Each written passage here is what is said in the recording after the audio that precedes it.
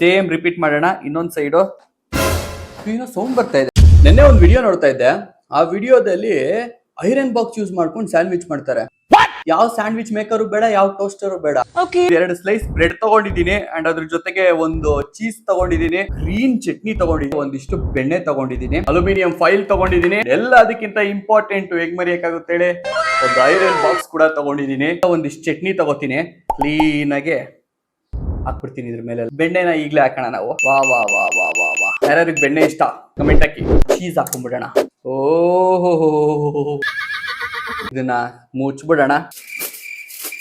ಏನ್ ಪರ್ಫೆಕ್ಟ್ ಆಗಿ ಫಾಯಿಲ್ ಇರ್ತಿದ್ ನೋಡಿ. 7 ವರ್ಷದ ಎಕ್ಸ್ಪೀರಿಯನ್ಸ್ ಅಲ್ವಾ. ಸ್ಯಾಂಡ್ವಿಚ್ ನ ಇಟ್ಬಿಡೋಣ ಒಳಗಡೆ. ಐರನ್ ಬಾಕ್ಸ್ ಕಾದಿದೆ, ಹೆಂಗಾರಾಗ್ಲಿ ನೋಡ್ತೀನಿ.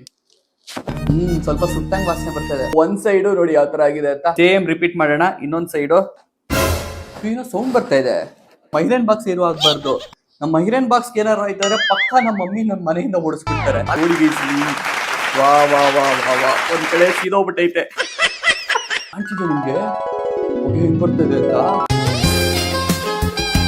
ಚೀಸ್ ಮಾತ್ರ ಮಸ್ತು, ಖಂಡಿತ ವರ್ಕ್ ಆಗುತ್ತೆ. ಮಸ್ತ್ ಸ್ಯಾಂಡ್ವಿಚ್ ರೆಡಿ.